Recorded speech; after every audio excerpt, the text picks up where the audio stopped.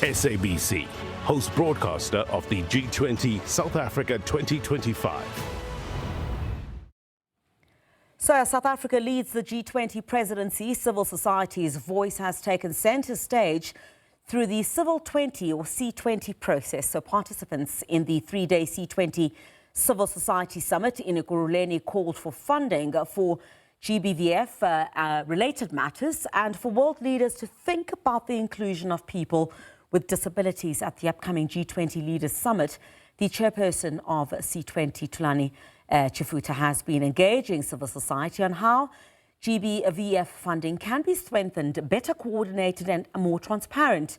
He joins us now via live platforms, visual platforms. Thank you very much indeed, Mr. Thulani, for your time. So, I mean, to what extent will, G20 leaders, at the summit look at issues affecting women, youth, as well as people with disabilities?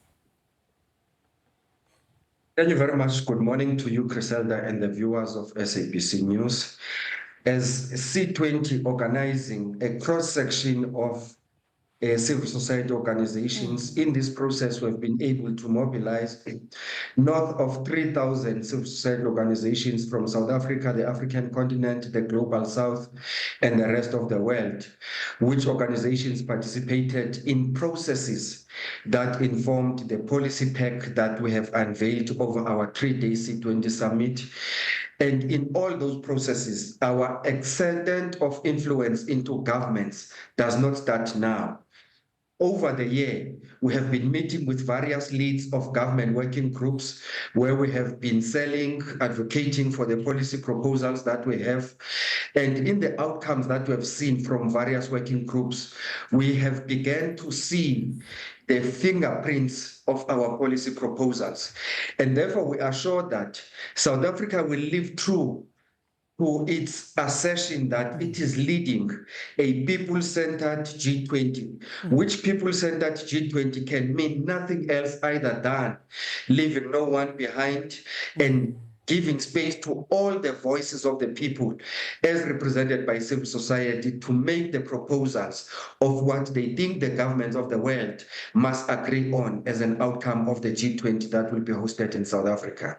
Yeah, and participants, in the three-day C20 Civil Society Summit in Ekurhuleni, I mean, one of the calls that's being made is for funding for, GBVF-related matters. Are you hoping that this platform would be able to open the door for some kind of solidifying to these calls that have long been made? Most certainly, yes, indeed. There has been no confusion amongst the ranks of civil society about the challenges that women are confronted with and the extent to which they are affected by gender-based violence and femicide. Essentially, as civil society, we believe that at the center of it all, it is the foundation of it all is the unequal economic power balance between women and other genders. And therefore, when we place the plight of the women at the center, it will liberate women in totality. And that is why we support even the cause of calling on the governments of the world organized under G20 to heed the call of women's movements that will be calling for a shutdown leading to the processes of G20, only as a demonstration that we can wait a day no longer in putting action to the words we've expressed so eloquently in the fight for the empowerment and the development of women. Yeah, I mean, calls also for world leaders to think about inclusion of people with disabilities at the upcoming Leaders Summit. We shouldn't even be having this discussion at this point, should we? Not at all.